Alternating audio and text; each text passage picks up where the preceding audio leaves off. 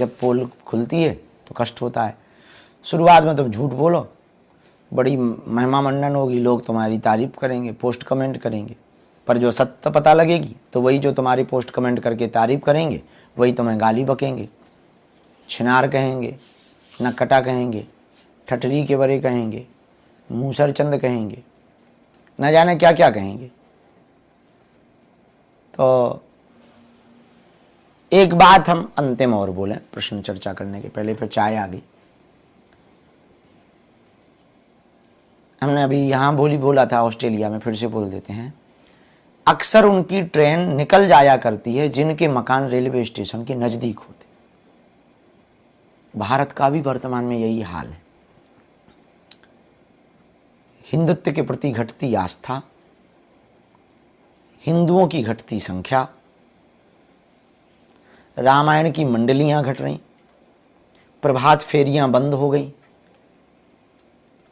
आपसी मेल मिलाप खत्म हो गए, बेटा बेटियों के संस्कार बिगड़ गए, परिवार बिखर गए और बच्चों के संस्कार बिगड़ गए,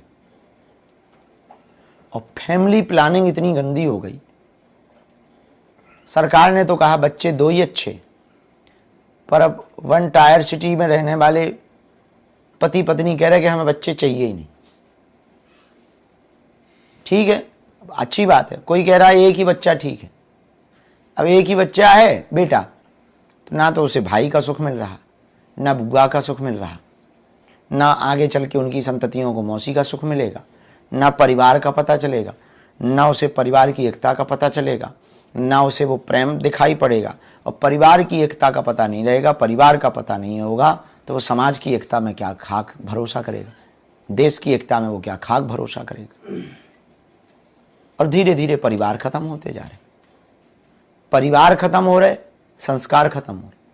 आजकल फेसबुक फ्रेंड 5000 हैं, पर वास्तविक मित्र एक भी सच्चा नहीं।